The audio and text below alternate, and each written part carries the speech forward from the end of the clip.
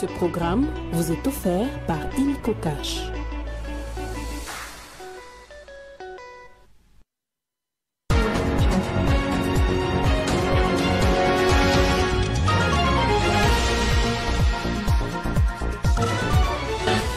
Début des travaux de déminage à l'aéroport international de Goma 2 mois après sa fermeture suite au combat entre les FARDC et les rebelles du 1-23. Ceci après l'accord signé vendredi dernier entre la SADC et les rebelles pour permettre le retrait des troupes et des matériels de cette organisation sous-régionale du chef-lieu du Nord Kivu. Lutte contre le paludisme parmi les pays les plus touchés. La RDC classée 2e en Afrique et 3e au monde. Elle a enregistré depuis 2023 27 657 000 cas selon le rapport du PNLP rendu public ce samedi. Accord en discussion sur les minéraux ukrainiens. Donald Trump fait pression sur Volodymyr Zelensky. Le président américain a averti son homologue ukrainien qu'il aurait des gros problèmes en cas de rejet de cet accord. Nouveau journal sur Télé 50, bienvenue à tous. Nous commençons avec cette nouvelle des travaux. Des déminages ont été lancés à l'aéroport international de Goma 2 mois après sa fermeture suite au combat entre les FARDC et les rebelles du 1-23. C'est le fruit de l'accord signé vendredi dernier entre la SADC et les rebelles pour permettre le retrait des troupes et des matériels de cette organisation sous-régionale du chef-lieu du Nord Kivu. Mais quels sont les contours de la réouverture de cet aéroport sous occupation des rebelles? Tentative de réponse dans cet élément. Un déminage sous l'œil impuissant de Kinshasa. Après 2 mois de fermeture, l'aéroport international de Goma va bientôt réouvrir. Ce chantier de déminage a démarré sur le tarmac, la zone la plus urgente et la plus accessible pour assurer des futures opérations aériennes. Une matérialisation de l'accord signé entre le rebelle du 1-23 et la SADC le vendredi dernier à Goma sur l'évacuation de la force régionale des pays d'Afrique australe. La SADC avait mis fin au mandat il y a 2 semaines de la SAMI RDC qui n'avait pas pu enrayer la dernière offensive du 1-23 dans l'est de la RDC. Mais l'opinion se demande comment la SADC, une organisation qui vise à promouvoir le développement économique de ces pays membres, peut sceller des accords avec un mouvement rebelle qui freine l'élan de l'essor de ces pays par la guerre après les retraits des troupes et des matériels de la SADC du chef-lieu du Nord Kivu. Cette réouverture de l'aéroport international de Goma ne serait pas un autre moyen de renforcer le pillage des minéraux de la RDC par ses ennemis. À qui va profiter réellement cette opération de déminage de l'aéroport de Goma qui va aboutir à sa réouverture? Voilà tant de questions qui taraudent les esprits. Le pouvoir en place qui continue avec les consultations dans la capitale pour la formation d'un gouvernement d'union nationale ne semble pas encore avoir trouvé une tactique contre cette nouvelle approche de la SADC. Sinon, les travaux se poursuivent malgré les avancées dans ces déminages du tarmac. De nombreux engins explosifs non neutralisés restent présents aux alentours.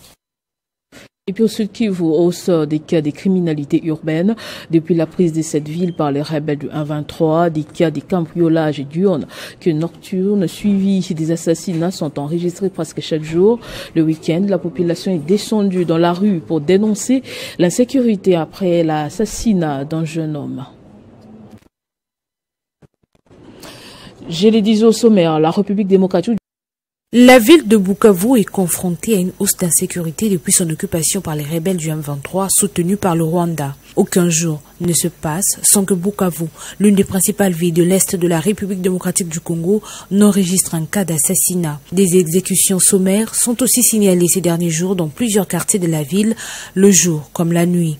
Selon plusieurs témoignages recueillis, les malfrats font irruption dans des maisons exigeant des sommes d'argent, à défaut de quoi ils tuent. Des populations passent des nuits blanches à cause de cette situation devenue monnaie courante. Pour exprimer leur ras-le-bol, les habitants de la ville, munis des sifflets, des casseroles, vuvuzelas, prennent d'assaut les grandes artères aux heures vespérales. Au-delà des tueries, s'ajoute également le cas de torture en violation de droits humains. Le week-end dernier, En colère, une partie des habitants de Bukavu étaient dans la rue pour dénoncer un nouveau cas d'assassinat d'un jeune. Sur place, ils ont fait le tour de la ville avec le corps de la victime, une manière de faire entendre leurs cris d'alarme. Selon la société civile locale, 3 à 6 corps sont ramenés dans la ville. Le gouvernement et les organisations de défense des droits de l'homme dénoncent la violation de droits par les rebelles.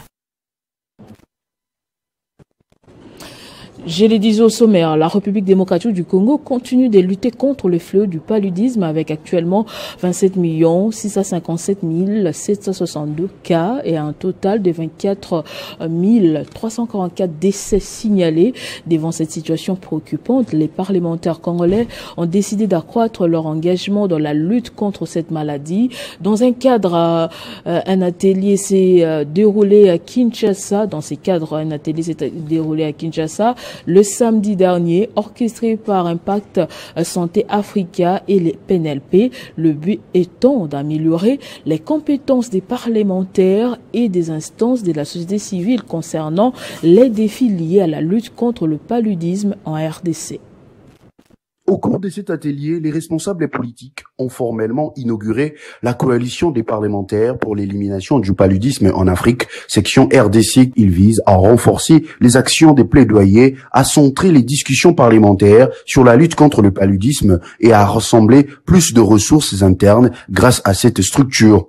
Dans son speech, la députée nationale Dorothée Madia, qui siège au sein de la commission socioculturelle de l'Assemblée nationale, a admis les obstacles considérables qui freinent les initiatives des ripostes en RDC. Elle a ainsi exhorté ses collègues à une action tangible pour changer la situation. Il s'agit non seulement d'un espace d'échange et de concertation, mais surtout d'un moment de prise d'engagement concret pour renforcer notre leadership dans la lutte contre le paludisme. Les élus ont profité de l'occasion pour saluer l'appui des partenaires techniques et financiers, notamment le PNLP et Impact Santé Afrique. Ils se sont tous engagés à veiller au respect des engagements nationaux et internationaux, une tâche qui requiert un accroissement du financement budgétaire, une supervision rigoureuse de fonds et une défense continue auprès du gouvernement. Prennent la parole à son tour, Solange Siponga, chargée des activités à Impact Santé Afrique, a souligné l'importance de l'engagement parlementaire pour la levée de ressources internes. D'après son point de vue, pour réduire d'au moins 50% des déficits du financement du plan stratégique national 2024-2028,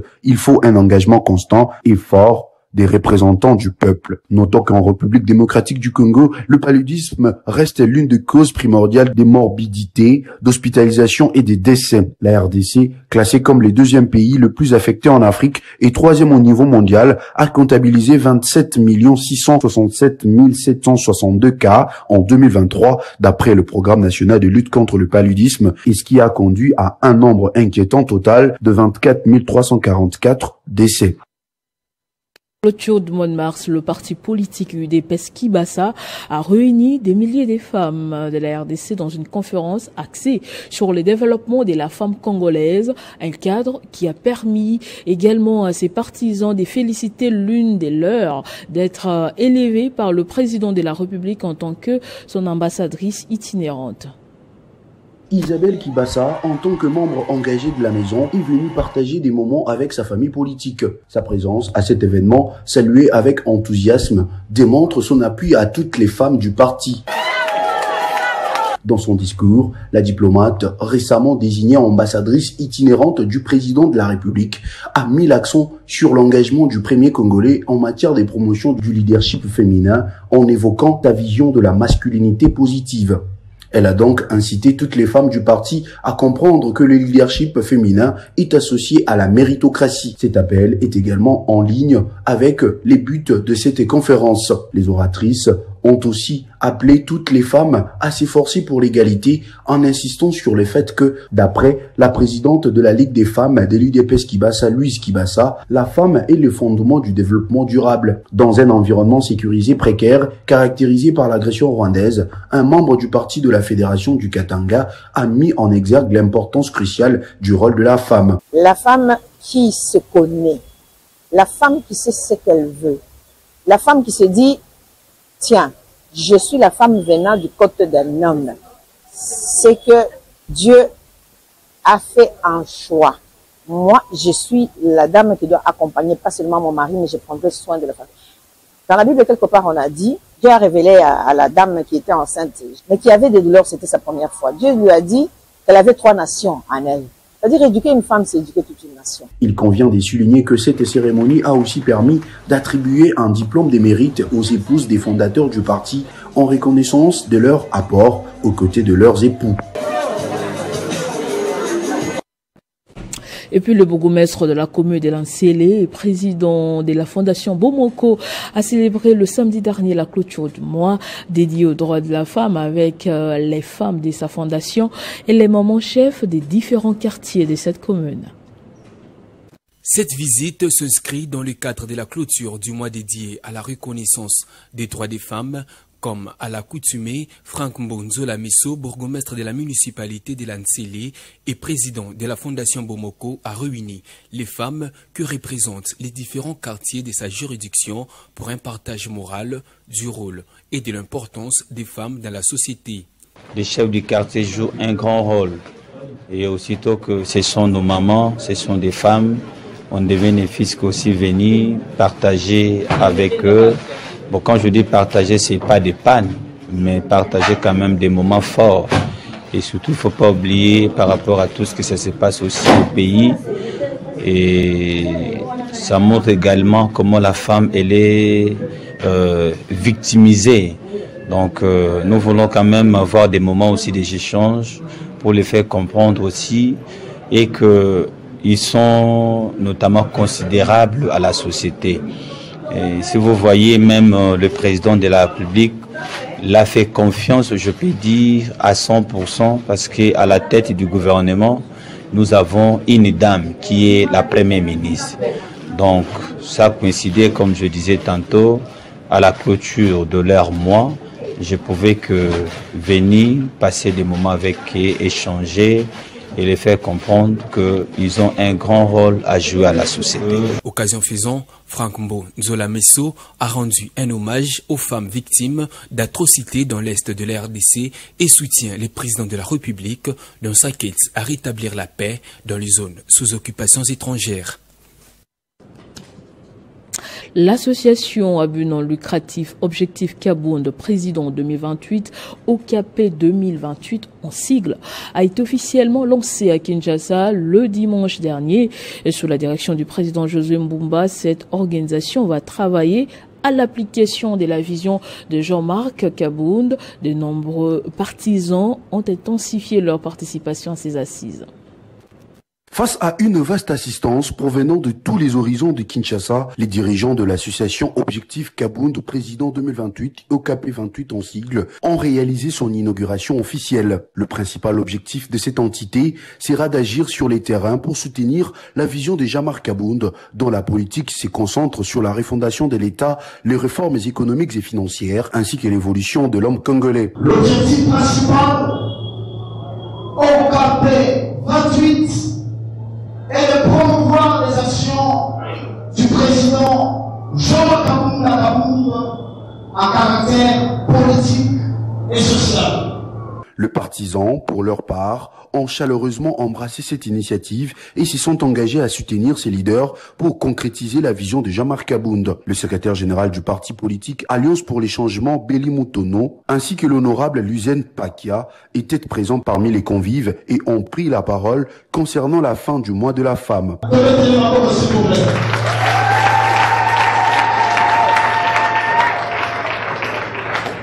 Cette organisation, son but lucratif, vient de rejoindre d'autres associations et formations politiques qui ont choisi l'opposant Jean-Marc Kabound comme président de la République démocratique du Congo en 2028. En outre, le département des sciences de l'information et de la communication de l'université de Kinshasa se modernise grâce au leadership de ce nouveau dirigeant. Il a lancé son tout premier site internet et dispose désormais d'une revue scientifique. Pourvoyeur des communicants et des journalistes en République démocratique du Congo, le département entend affirmer sa position des meilleures institutions des formations en SIC face à une concurrence toujours plus accrue. Commentaire de Gaëtan Kobaborandi Chigueregere Kabouya. Créé en 1998 au sein de la faculté des lettres et sciences humaines de l'université de Kinshasa, le département des sciences de l'information et de la communication, l'ESIC, s'impose comme un pilier de la formation en journalisme et en communication en RDC. De ces rangs sont issus des spécialistes en communication et des journalistes qui brillent aux quatre coins du monde. Aujourd'hui, le département franchit une nouvelle étape en se connectant au monde grâce au lancement de son tout premier site internet présenté lors d'une cérémonie académique. Dans cette dynamique de modernisation, une revue scientifique a également été créée, offrant une plateforme d'échange et de réflexion pour renforcer la visibilité du département et enrichir la recherche en SIC. Nous avons assisté à la publication du site internet du département des sciences de l'information et de la communication, ainsi que celle de la revue du département des sciences de l'information et de la communication. Ce sont deux instruments qui viendront booster un peu plus la visibilité et le classement, pourquoi pas, de l'université de Kinshasa sur la scène d'abord africaine, mais aussi sur la scène mondiale. Le comité de gestion est donc satisfait de cette double initiative qui a été prise au niveau du département de communication.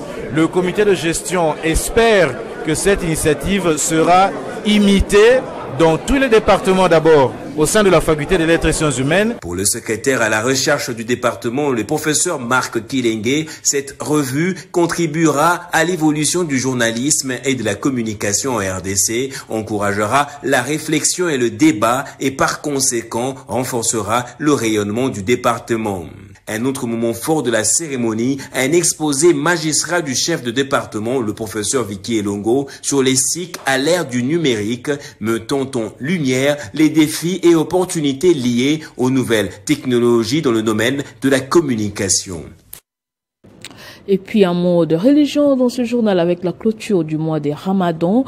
Le bourgmestre de la commune de Lantsele a communié hier dimanche avec la communauté musulmane de la mosquée centrale de Tchangou.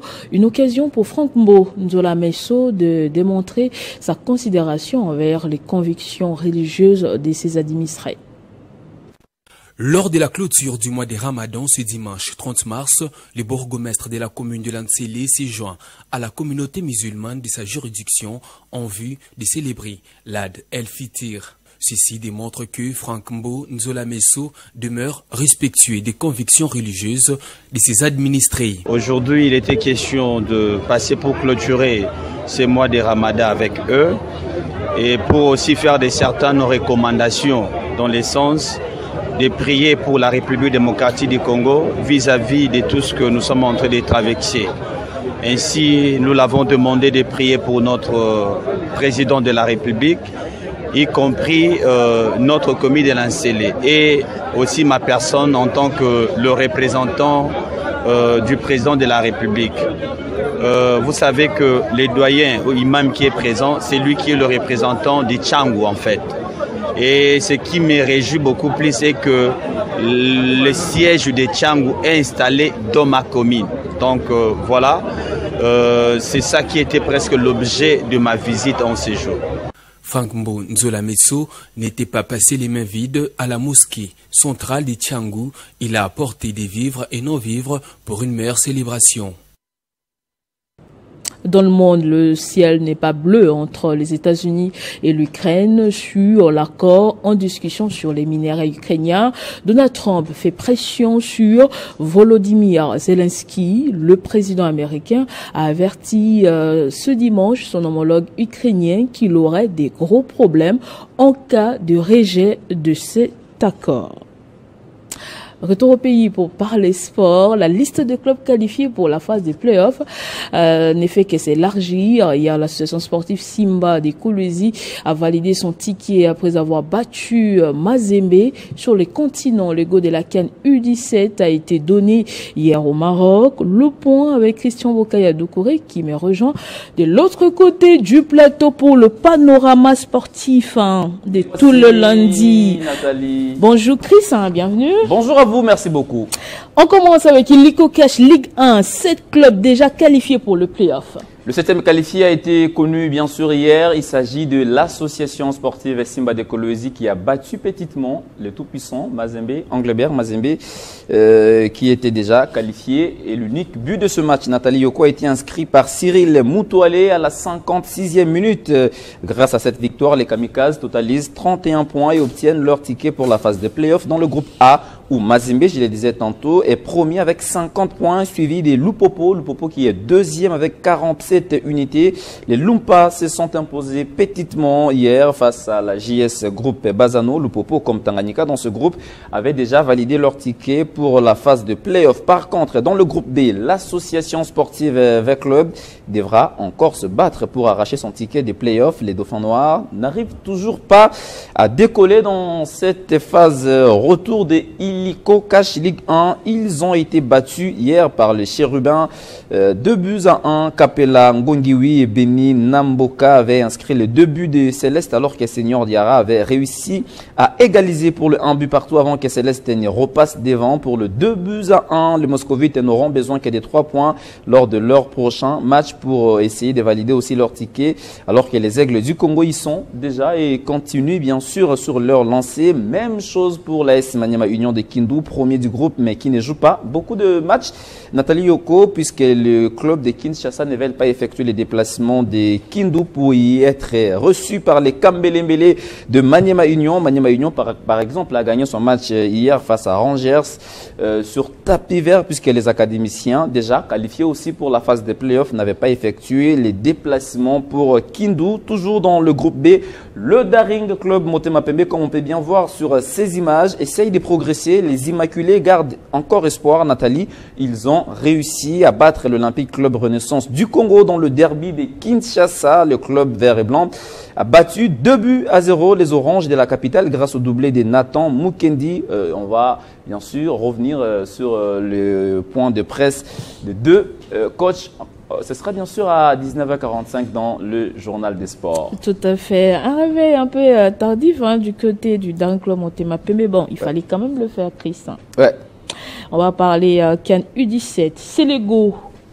Sélégo, Nathalie, et les Lionceaux de l'Atlas du Maroc qui ont parfaitement lancé leur compétition. Vous savez, c'est par une manita, c'est-à-dire 5 buts à brosse. C'était bien sûr face à l'Ouganda hier à l'occasion de la première journée de la Coupe d'Afrique des Nations U17. Il faut plutôt parler d'un jeune, Bel Mokhtar, le jeune monégasque qui a été élu homme du match, lui qui était pratiquement sur tous les ballons, un peu comme pour le match de la Ligue 1. On reviendra aussi sur beaucoup de résultats de cette première journée de la Coupe d'Afrique des Nations U17 à 19h45. En tout cas, on va attendre suivre ces journaux des sports, mais dans l'entretemps, on se rend en Europe.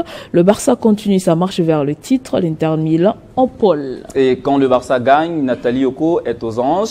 Mais on va d'abord commencer du côté de l'Italie où les Nerazzurri se repositionnent dans le Real Madrid qui compte la Bundesliga où le Bayern Munich avance lentement. Leverkusen aussi qui a fait l'essentiel de son côté en étriant la formation des Borum. 3-1. Alex Garcia, Boniface et Adli. En tout cas, sacré champion, c'est ce qu'on doit vraiment avouer puisque le club de la capitale a écrasé Saint-Étienne. Retour des Chancel alors que Chancel veut partir en homme libre. Si vous étiez à sa place, vous allez lui conseiller de rester encore un peu plus chez Marseille? En tout cas, après ce qu'il a subi avec Marseille, en tout cas, je ne peux que lui dire des parties. Avec honneur, en tout cas. On est désolé pour tous ces supporters de l'OM. Et voilà. Et du côté de l'Angleterre, on a joué bien sûr pour le compte de la FA Cup. Et c'est bien sûr Manchester City qui essaye de progresser. Le Sky Blues ont fait l'essentiel hier en quart de finale. Voilà, en se qualifiant bien évidemment face à la formation des Bournemouth. Et puis on reviendra en tout cas le soir sur beaucoup d'autres informations bien évidemment concernant cette Coupe d'Angleterre. Et ce sera toujours à 19h45. Là déjà on donne le rendez-vous pour que les amoureux du ballon rond soient vraiment présents à 19h45. En tout cas, ils auront de quoi se mettre sous la dent. Triste événement en boxe, Gabriel Oluwasegun décède en plein combat. C'est un événement, Nathalie, bouleversant qui a frappé le monde du noblard.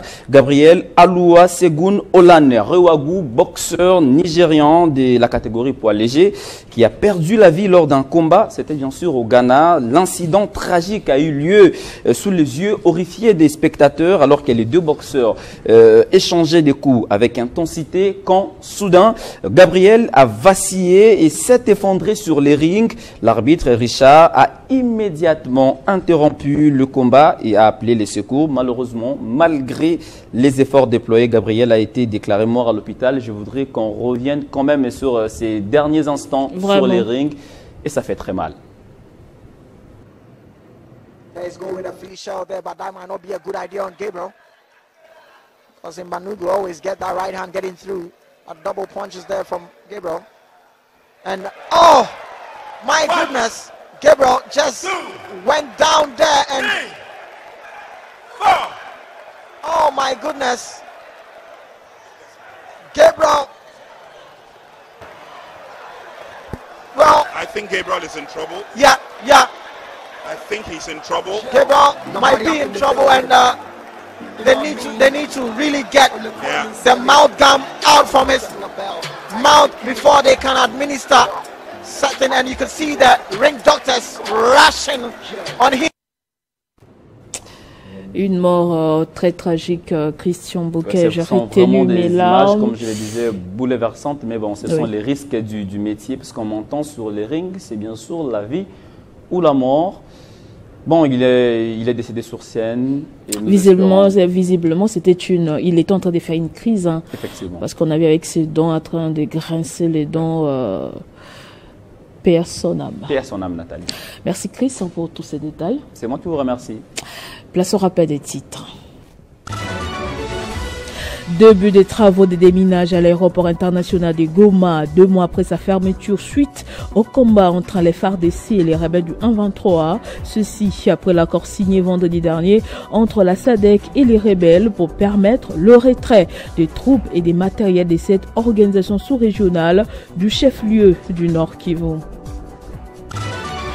Lutte contre le paludisme parmi les pays les plus touchés. La RDC est classée 2e en Afrique et 3e au monde. Elle a enregistré depuis 2023 plus de 27 657 cas selon le rapport du PNLP rendu public ce samedi. Accord en discussion sur les minéraux ukrainiens. Donald Trump fait pression sur Volodymyr Zelensky. Le président américain avertit son homologue ukrainien qu'il aurait des gros problèmes en cas de rejet de cet accord. Restez avec nous tout de suite, c'est la revue de presse.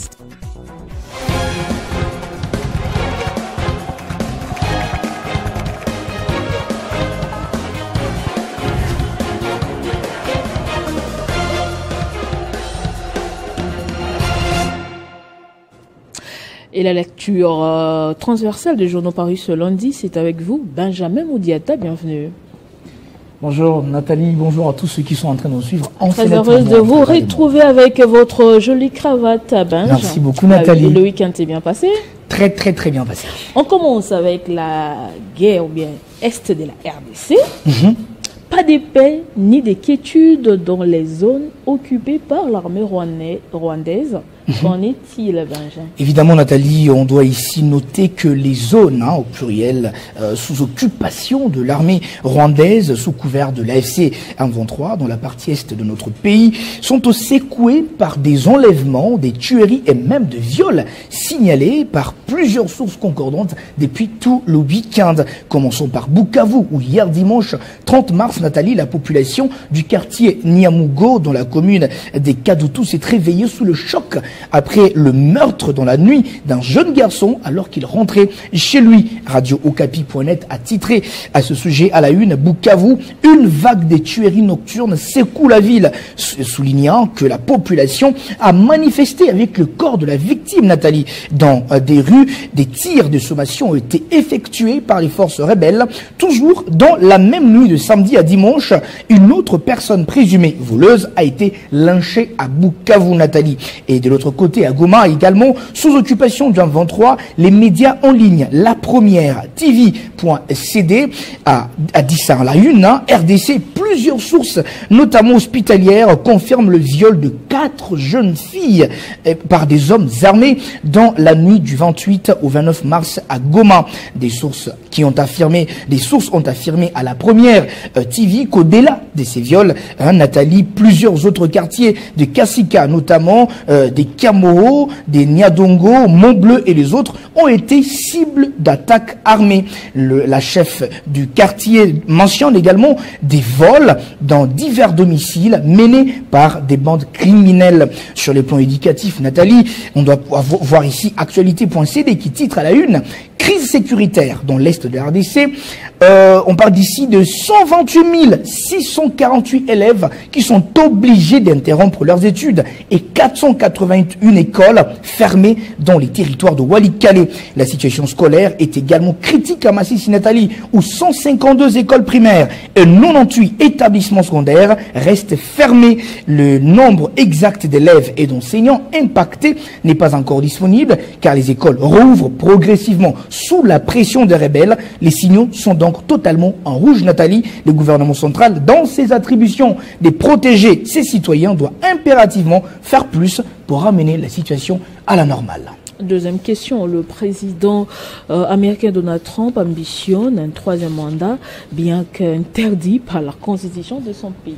Eh bien Nathalie, je pense que ça devrait étonner le monde. C'est que Donald Trump essaie de faire, mais nous devons retenir que toute tentative de Donald Trump ou de ses alliés pour briguer un 3e mandat irait directement à l'encontre du 22e amendement de la Constitution américaine qui stipule que nul ne peut être élu président plus de 2 fois et ne prévoit aucune exception, même pour les présidents ayant effectué 2 mandats non consécutifs. Cependant, tout porte à croire, Nathalie, que l'actuel président veut forcer le destin. L'Express titre à la une, Donald Trump ne blague pas. Pourrait-il vraiment se présenter en 2028? Ces médias rapportent que lors d'un appel téléphonique dimanche, Donald Trump a affirmé qu'il était sérieux quant à un 3e mandat, tout en reconnaissant qu'il était encore tôt pour y penser. Il insiste, je cite ici, « Il faut commencer par dire que j'ai les scores les plus élevés dans les sondages de tous les républicains de l'histoire de notre siècle. Nous sommes autour des 70% dans le nombre de sondages, dans les vrais sondages, et vous le voyez. » Même titre pour le journal Les Devoirs plutôt, qui met en avant les déclarations de Donald Trump. Nathalie, il dit ici, Trump affirme qu'il ne blague pas quant au 3e mandat à la tête des États-Unis d'Amérique. Selon lui, il y a des méthodes pour le faire. Il laisse entendre que de nombreuses personnes veulent qu'il se représente, bien qu'il affirme vouloir d'abord se contenter sur son mandat actuel. Mais pourquoi cette volonté d'un 3e mandat, Nathalie? Trump a répondu simplement à une journaliste de NBC News. Il a dit « J'aime travailler ». Et pour lui, vouloir ou aimer travailler, c'est un moyen pour justifier le fait qu'il s'ambitionne d'avoir un 3e mandat à la tête des États-Unis d'Amérique, chose que jusque-là, dans notre histoire récente, n'est pas encore arrivée. Mais s'il aime travailler, peut continuer de travailler pour son pays ailleurs qu'à la présidence. Ailleurs qu'à la présidence, parce que la Constitution, 22e amendement, interdit cela. Merci beaucoup, Benj, pour tous ces détails. C'est moi qui vous remercie, Nathalie. Merci également à vous de nous avoir suivis de partout. L'information reste en continu et en temps réel sur votre télévision.